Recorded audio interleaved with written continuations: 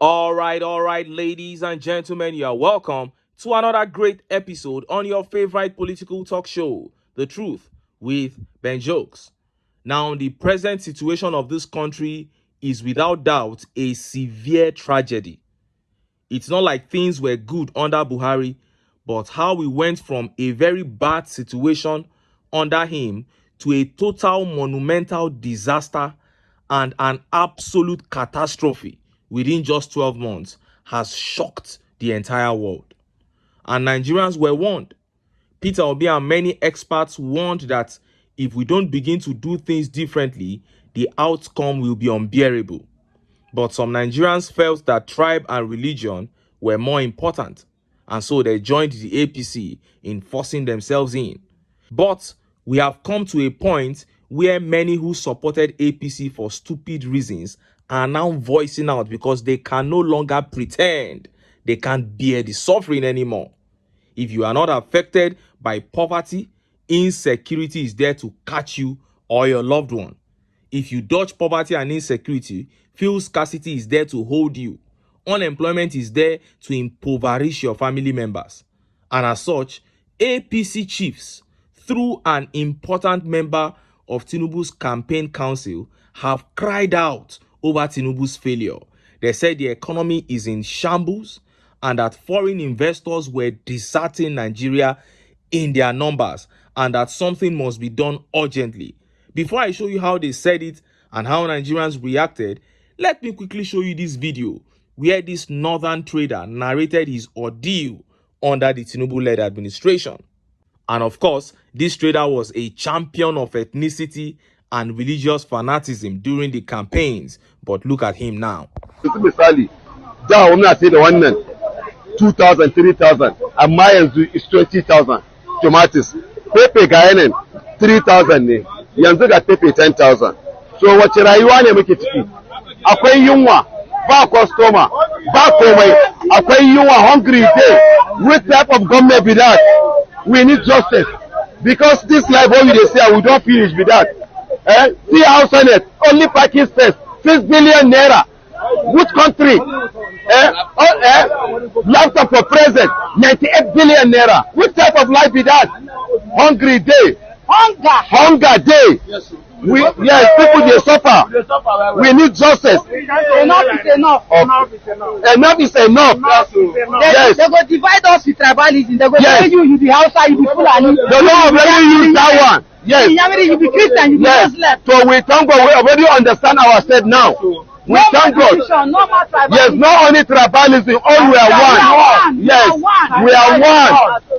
So how will they suffer for market? No customers, nothing. You heard that?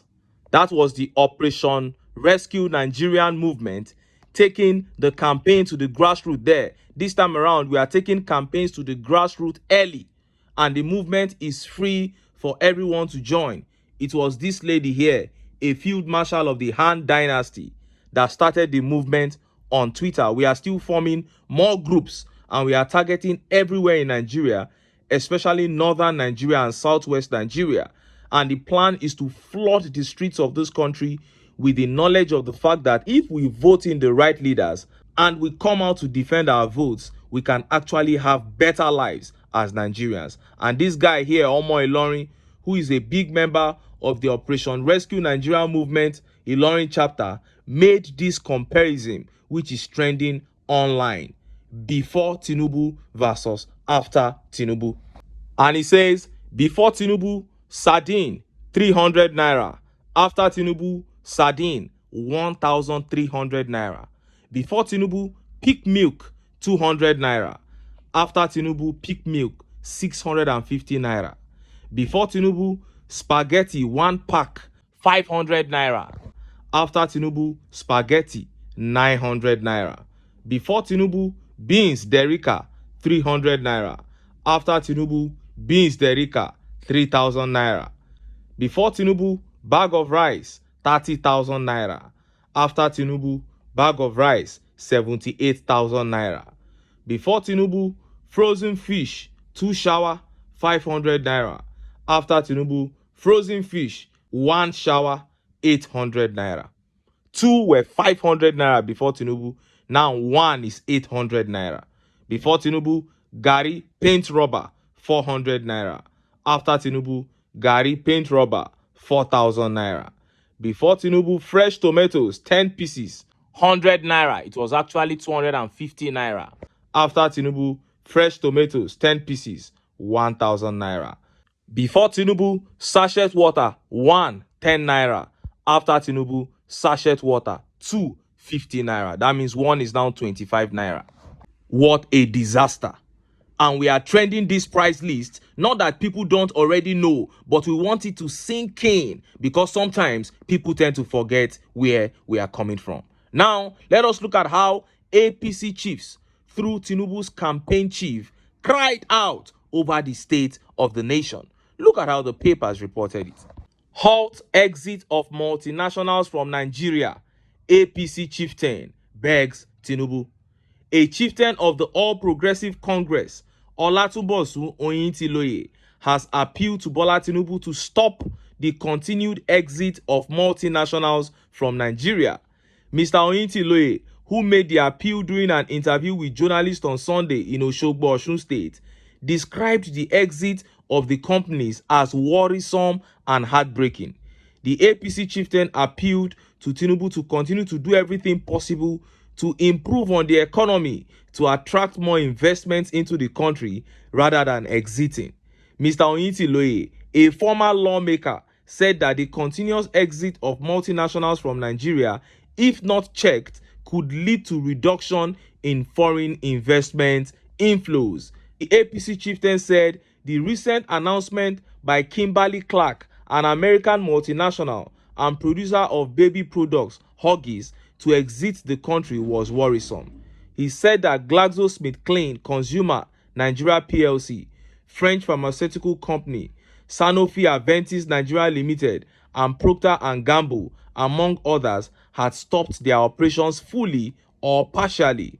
According to him, in 2023, Unilever stopped the production of its legendary OMO, Sunlight, and Lux Home and skincare brands to cut costs and concentrate on higher growth opportunities.